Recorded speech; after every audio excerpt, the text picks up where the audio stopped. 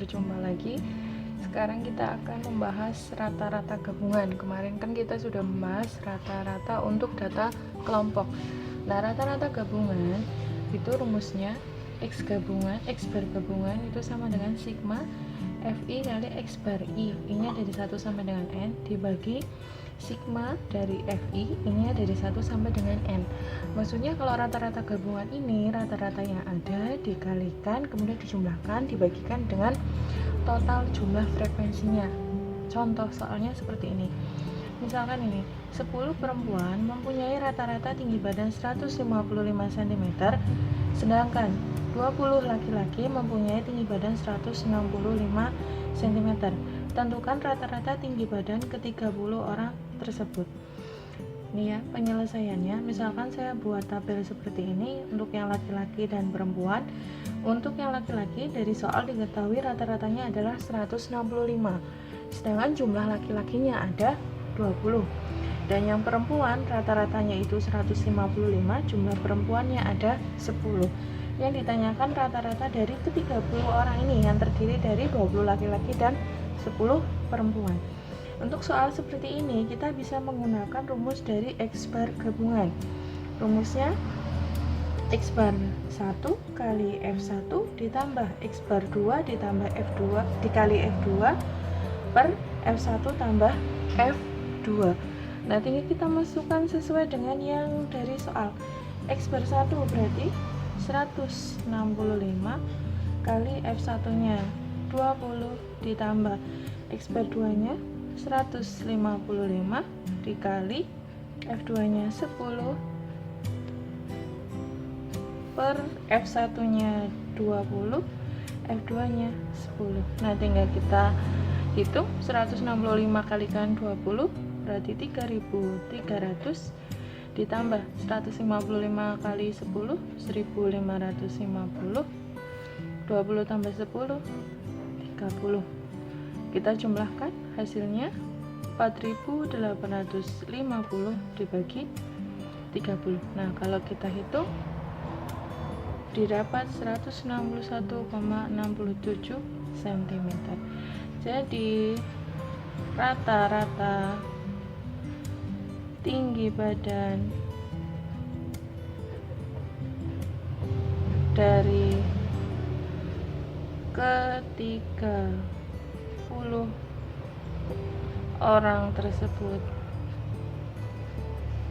adalah 161,67 cm. Mudah bukan ya? Oke, setelah rata-rata gabungan kita akan bahas modus data kelompok. Ya, untuk modus data kelompok prinsipnya sama seperti modus data tunggal ya. Artinya mencari nilai data yang sering muncul. Cuma karena ini berbeda bentuk datanya. Kalau data kelompok kemarin kan langsung ketemu mana data yang sering muncul karena frekuensinya yang paling besar. Nah, kalau bentuk data kelompok itu kan datanya dalam bentuk tabel distribusi frekuensi, atau bisa juga nanti di soal seringkali muncul datanya dalam bentuk histogram ataupun poligon. Nah, kalau dalam bentuk histogram berarti data dalam bentuk histogram itu harus diubah dulu ke dalam tabel distribusi frekuensi. Tapi untuk kali ini saya contohkan dulu yang dalam bentuk tabel distribusi frekuensi ya. Nah, untuk menentukan modus data kelompok, rumusnya itu adalah MO di sini modus ya. Rumusnya TP ditambah D1 per D1 tambah D2 kalikan P. TP ini adalah tepi bawah kelas modus. Nah, tepi bawah kelas modus itu berarti batas bawah dikurangi 0,5. Kemudian D1 itu frekuensi kelas modus dikurangi frekuensi kelas sebelum kelas modus. Kalau D2 frekuensi kelas modus dikurangi frekuensi sesudah kelas modus. Nah, kalau P itu interval atau panjang kelas. Contohnya seperti ini, misalkan ada data seperti ini, kalian diminta untuk menentukan modusnya berapa. Nah, untuk menentukan modusnya, Langkah yang pertama, kamu cari dulu frekuensi yang terbesar terletak di kelas yang mana. Dilihat frekuensinya. Kelas 1 frekuensinya 2, 4, 10, 16, 8. Berarti frekuensi terbesar ada di kelas ini ya. Nah, saya lingkari kelasnya. Karena ada di kelas ini, berarti ini kelas modus. TB itu tadi apa?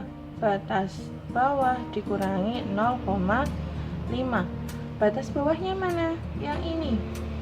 Karena kelas modusnya ada di sini. Berarti batas bawahnya 35, batas atasnya 39. Tapi untuk menentukan TB kita cukup menggunakan batas bawah. Berarti 35 dikurangi 0,5 sama dengan 34,5.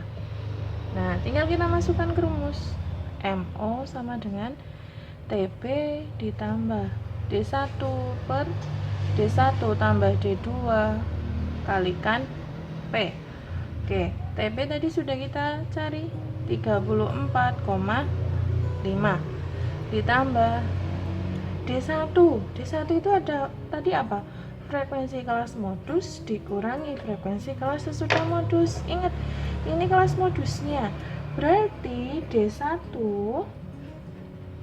itu diperoleh frekuensi kelas modusnya 16 dikurangi frekuensi kelas sebelum kelas modus. Berarti sebelumnya adalah frekuensinya 10. Jadi D1 nya adalah 6. Paham ya? Ibu ulangi sekali lagi. D1 itu tadi frekuensi kelas modus dikurangi frekuensi kelas sebelum modus. Berarti 16 kurangi 10. Sedangkan D2 itu frekuensi kelas modus dikurangi frekuensi kelas sesudah modus. Nah, sesudah kelas modus frekuensinya berapa? 8. Berarti 16 kurangi 8 hasilnya 8. Panjang kelas. Nah, panjang kelas kan tadi rentangnya dari 35 sampai 39. Cara mencarinya tinggal kamu kurangkan saja. 39 kurangi 35, kemudian tambahkan 1. Nah, panjang kelasnya berarti 5. Tinggal kita masukkan ke rumus. Tadi TB-nya sudah kita tuliskan. D1-nya 6 per 6 tambah 8. P-nya adalah 5. Berarti 34,5 ditambah 6 per 6 tambah 8, 14 kalikan 5 sama dengan 34,5 ditambah dikalikan dulu boleh, berarti 30 bagi 14 sama dengan 34,5 ditambah kalau dihitung 2,14 ya, sama dengan 36,64. Jadi modus dari data dalam bentuk distribusi frekuensi ini adalah 36,64. Oke, sekarang kita bahas kuartil. Nah, kuartil itu membagi data yang berurutan atas 4 bagian yang sama banyak. Ingat, kemarin kita sudah membahas untuk yang data tunggal itu datanya harus berurutan dari kecil ke besar. Untuk kuartil data tunggal itu ada 3, yaitu data kelompok juga ada 3. Ini kuartil itu ada 3, yaitu kuartil pertama atau bisa disebut juga kuartil bawah atau biasanya disimbolkan dengan Q1. Kemudian ada kuartil kedua, bisa juga disebut kuartil tengah atau bisa juga disebut median, disimbolkan dengan Q2 atau ME. Dan yang ketiga kuartil ketiga atau kuartil atas atau biasanya disimbolkan dengan Q3. Kenapa saya tekankan beberapa macam nama ini? Nanti tidak menutup kemungkinan ketika dalam soal tidak hanya menyebutkan misalkan kuartil 1, tapi terkadang juga menyebutkan sebagai kuartil bawah atau ditanyakan kuartil atas. Kalau kuartil atas berarti yang ditanya adalah Q3 atau kuartil ke-3. Seperti itu ya. Jadi jangan bingung. Oke, sekarang untuk data tunggal, ini Ibu sudah menuliskan 2 contoh. Tentukan nilai Q1, Q2, sorry ini Q3 ya, Q1, Q2 dan Q3 dari data berikut, yang A seperti ini dan B yang seperti ini. Kita jawab satu persatu. Yang A dulu, kita lihat datanya. Data yang A sudah urut atau belum? Kalau belum, berarti harus kita urutkan terlebih dahulu. Data yang paling kecil nilainya adalah 2, 2 nya ada 3 kali, kemudian 3, kemudian 4, 5, 6, 7, 8 ya. Nah, ini data tunggal seperti ini karena frekuensinya masih relatif sedikit, jadi kita bisa dengan mudah untuk membagi menjadi 4 bagian. Ini kan ada berapa data? 1, 2, 3, 4, 1, 9 ya. Ada 9 data. Langkah yang pertama, kamu harus menentukan tengah-tengahnya dulu, atau nilai Q2 atau mediannya. Dari 9 data, tengah-tengahnya berarti ada di data ke 5 alias ini 4, saya lingkari merah. Ini adalah median atau bisa disebut juga Q2. Nah, tadi kuartil itu kan membagi data yang berurutan menjadi 4 bagian yang sama banyak. Setelah kamu menentukan median, ini kan ada data sebelah kanan median dan data sebelah kiri median. Data sebelah kanan dan sebelah kiri median kamu bagi lagi, cari tengah-tengahnya lagi. Yang sebelah kiri dulu. Ini kan ada 4 data. Berarti tengah-tengahnya terletak di mana? Iya, di sini, betul sekali. Nah, kalau di antara, ini berarti Q1 ya. Kalau di antara berarti tinggal kamu jumlahkan. Nah, 2 tambah 2 bagi 2. Berarti Q1-nya 2. Begitu juga untuk yang sebelah kanan median. Tengah-tengahnya berarti di sini. Nah, ini sebagai Q3. Karena terletak di antara berarti dijumlahkan. 6 tambah 7 bagi 2 sama dengan 6,5. Begitu ya. Jadi Q1-nya 2, Q2 atau mediannya 4, Q3-nya 6,5. Sekarang kalau bentuk data seperti yang B. Yang B ini walaupun bentuknya dalam tabel tapi masih merupakan data tunggal. Ini disebut juga dengan data berbobot karena masing-masing nilai memiliki frekuensi yang cukup banyak. Bahkan ini ada yang sampai 17 ya, tergantung soalnya mau memberikan frekuensi berapa. Sebelum kita menentukan Q1, Q2 dan Q3 dulu, ini kita tentukan dulu ini banyak datanya ada berapa. Kita jumlahkan 3 tambah 8 tambah 10 tambah 14 tambah 17 tambah 3 tambah 5 60 ya.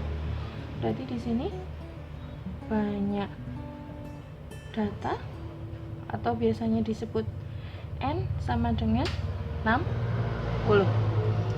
Nah, untuk Q1, Q2 dan Q3, Q1 ingat Q1 itu 1/4 N, berarti 1/4 kali 15 kali 15 kali 60, berarti hasilnya 15. Berarti Q1 itu terletak pada data ke-15. Nah, data ke-15 kita urutkan dari depan. Ini kan ke sini 11, ini ke sini 18. Otomatis data ke-15 ada yang ada di sini kan ya. Nah, karena dinilai ini sampai dengan data ke-18, berarti Q1-nya adalah nilainya 5. Kemudian kelas yang mengandung Q2. Nah, kalau Q2 itu setengah N, berarti setengah kali 60 alias 30. Berarti Q2-nya itu terletak pada data ke 30. Nah, langkahnya sama seperti tadi. Kita jumlahkan 18 tambah 14 berarti 32. Nah, berarti data ke-30 ada di yang ini. Berarti nilai Q2-nya adalah 6. Kemudian untuk kelas yang Q3. Kalau Q3 itu 3/4 N. Berarti 3/4 kali 60. Berarti hasilnya 45. Jadi Q3 itu terletak pada data ke-45. Caranya sama seperti tadi. Kita lanjutkan dijumlahkan dengan kelas berikutnya. Berarti 32 ditambah 17. Hasilnya berapa? 49. Nah, tadi kan datanya ada pada data ke-45. Nah, kalau yang nilai 7 itu sampai dengan data ke-49. Otomatis data ke-45 ada di sini. Dengan kata lain, nilai Q3-nya adalah 7. Seperti itu ya. Agak berbeda antara A dan B. Ini untuk A itu data tunggalnya masih sangat sederhana, sedikit sekali frekuensinya. Kemudian kalau yang B itu sudah data berbobot.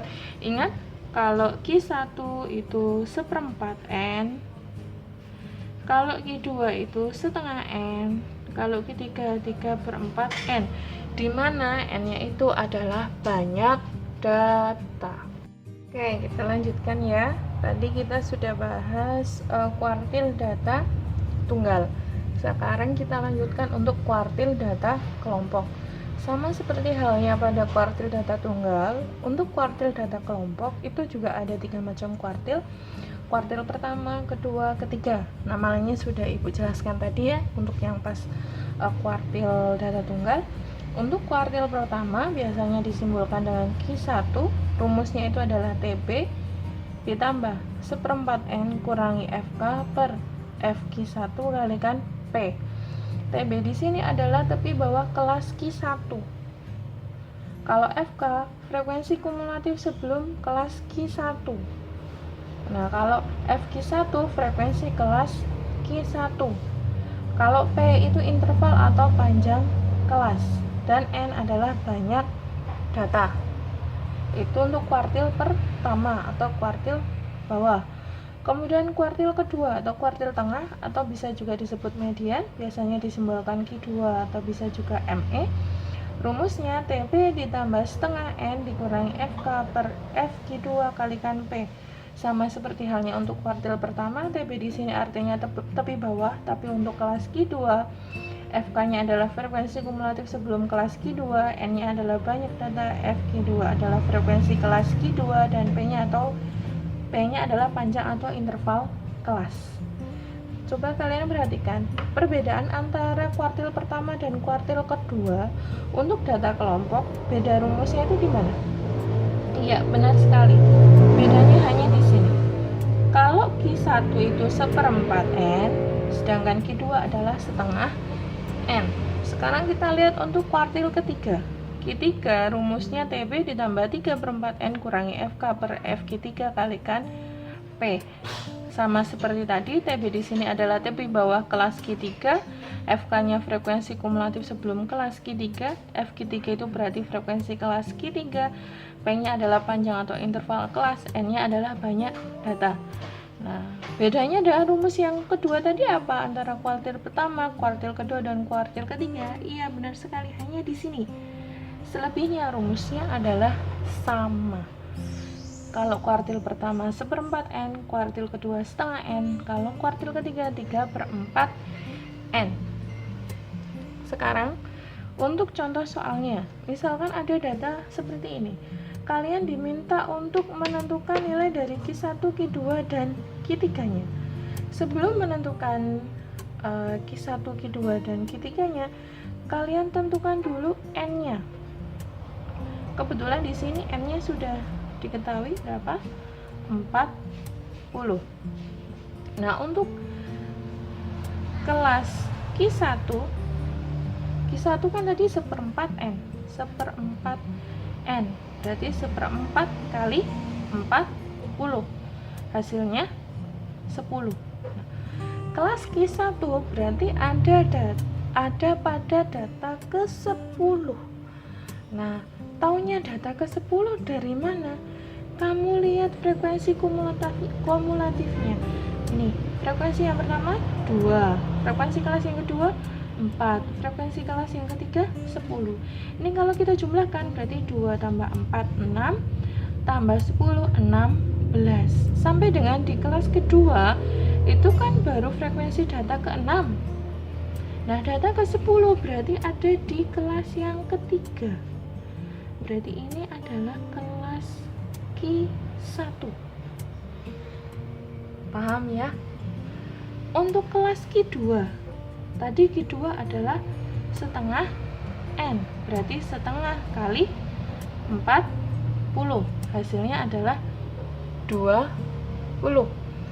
Nah, kita lanjutkan seperti tadi. Ini kan sampai sini tadi 16 tambah 16 berarti 32. Otomatis data ke-20 ada di kelas ini ya, karena kelas ketiga itu hanya sampai data ke-16. Berarti ini adalah kelas Q2. Sama hanya untuk yang Q3 tadi 3/4 N, berarti 3/4 kalikan 40.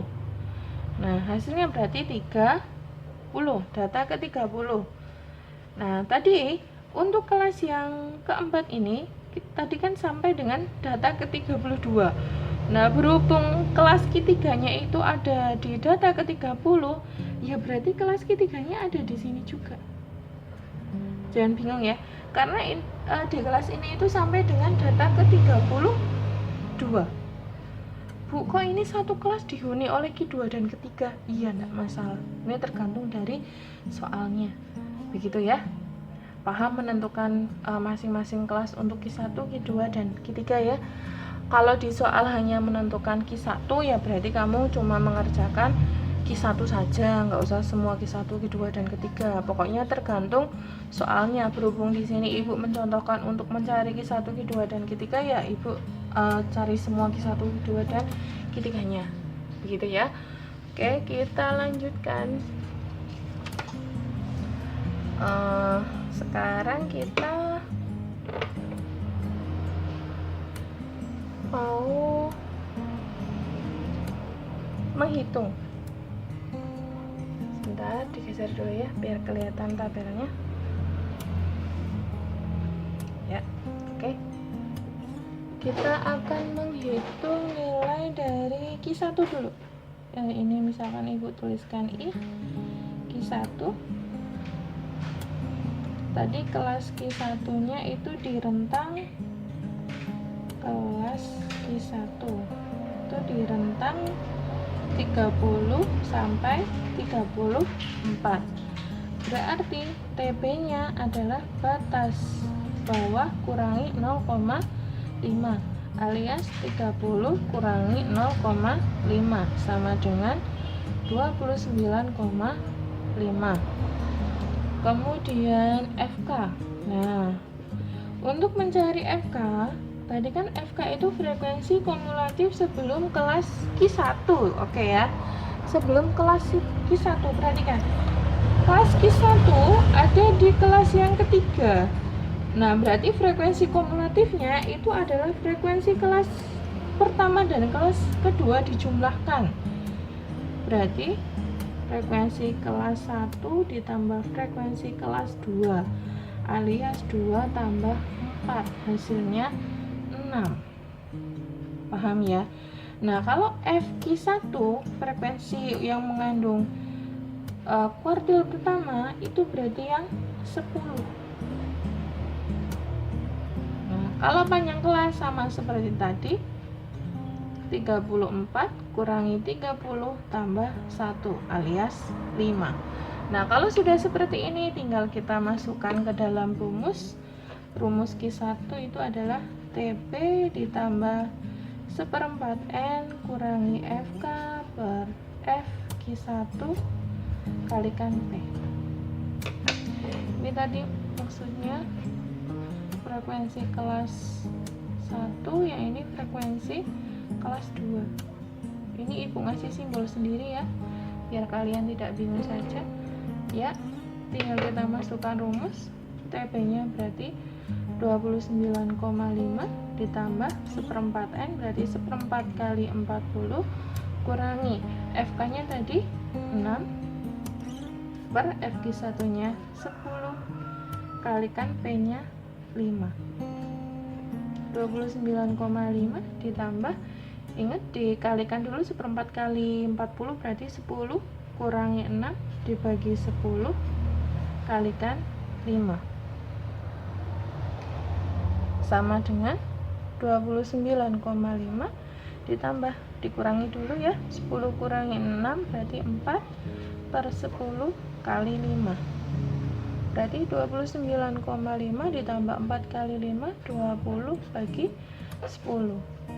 29,5 tambah 20 bagi 10 2, hasilnya 31,5. Ini untuk Q1.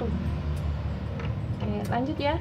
Untuk Q2, kelas Q2 itu tadi di mana kelas Q2? Di sini ya, rentang dari 35 sampai 39. Berarti TB-nya adalah BP kurangi 0,5 sama dengan 35 kurangi 0,5 berarti 34,5. Nah, berarti FK. Nah, untuk frekuensi kumulatifnya tadi kan kelas Q2-nya di sini. Ya. Berarti frekuensi kumulatifnya kamu jumlahkan dari kelas 1, 2 maupun 3. Berarti 2 tambah 4 tambah 10 sama dengan 16. Kemudian FQ2-nya, frekuensi kelas Q2 adalah ini ya, 16. Nah, tinggal kita masukkan rumus. Q2 berarti TB ditambah setengah N dikurangi FK per FQ2 kalikan P. TB nya sudah kita dapat tadi 34,5, setengah kali 40 kurangi FK nya berapa? 16 ya, 16 per FQ2 nya 16 kali P nya tadi berapa? P nya sama 5. Oke, ibu lanjutkan di sini ya, masih terlihat ya, sama dengan 34,5 ditambah setengah kali 40 berarti 20 kurangi 16 dibagi 15 kalikan 5 sama dengan 34,5 ditambah, ibu tulis ulang ya biar lebih jelas, 20 kurangi 16 bagi 16 kali 5 sama dengan 34,5 ditambah 20 kurangi 16 berarti 4 per 16 kali 5 sama dengan 34,5 ditambah, ingat dikalikan dulu, 4 kali 5 20 per 20 dibagi 16 berarti 34,5 ditambah 20 bagi 16, kalau dihitung itu 1,25. Kita jumlahkan berarti 35,75. Ini adalah Q2 nya, atau kadang disebut juga median, sama saja. Gimana? Mudah ya? Oke, Q1 dan Q2 sudah, tinggal Q3. Kelas Q3 tadi di rentang 35 sampai 39. Berarti TB nya adalah batas bawah kurangi 0,5 sama dengan batas bawahnya berapa? 35 kurangi 0,5 berarti 34,5. FK nya, nah frekuensi kumulatifnya tadi kan hampir sama seperti Q1, Q2, Q3, berarti frekuensi kelas sebelum Q3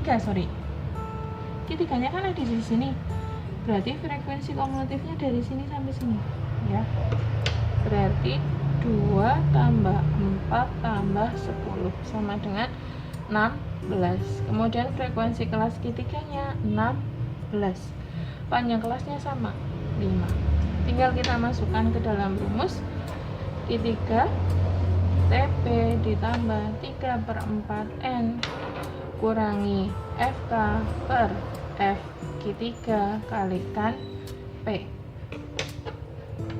Masukkan ke dalam rumus, TP nya 34,5 tambah 3/4 kali 40, FK nya tadi 16, F Q3 nya 16, P nya 5 sama dengan 34,5.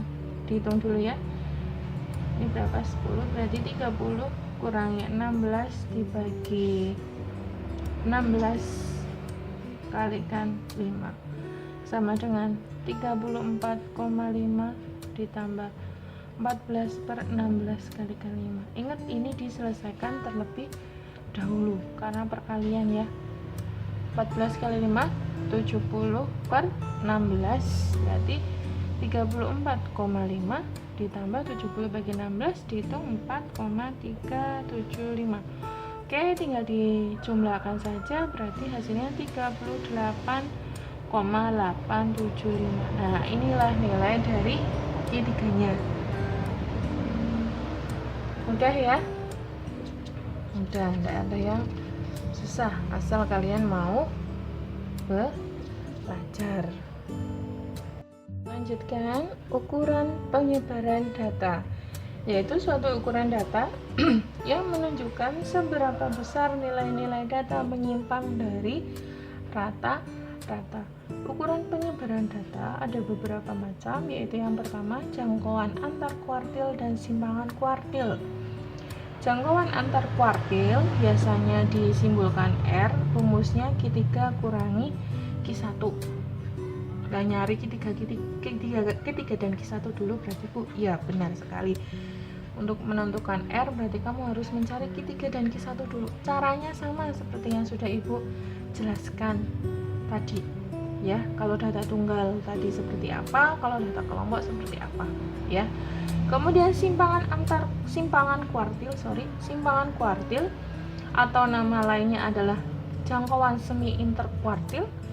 Ya, diingat ini sudah Ibu berikan dua nama yang berbeda walaupun maksudnya sama. Nanti misalkan ada soal menyebutkan jangkauan semi interkuartil, ya sama saja dengan simpangan kuartil atau biasanya disimbolkan dengan QD. QD itu rumusnya setengah kalikan Q3 kurangi Q1. Kemudian langkah atau disimbolkan L. L itu 3/2 dari R. R itu tadi apa? Q3 kurangi Q1. Berarti langkah atau L rumusnya 3/2 kalikan Q3 kurangi Q1. Kemudian pagar dalam Q1 kurangi L. Pagar luar Q3 ditambah L. Ya. Untuk mencari jangkauan antar kuartil, simpangan kuartil, langkah, pagar dalam maupun pagar luar, ya kamu harus mencari Q3 dan Q1 terlebih dahulu. Di sini ada latihan soal, diketahui data seperti ini, ditanyakan tentukan jangkauan antar kuartil, simpangan kuartil, langkah, pagar dalam dan pagar luar. Silakan kalian bisa coba sendiri untuk belajar di rumah. Bagaimana hasilnya? Silahkan dikerjakan masing-masing. Nanti setelah ini juga ada beberapa soal, silahkan kalian kerjakan semaksimal mungkin. Pelajari materinya pelan-pelan ya, agar kalian lebih paham. Oke, sekian dulu, ketemu lagi di subbab berikutnya.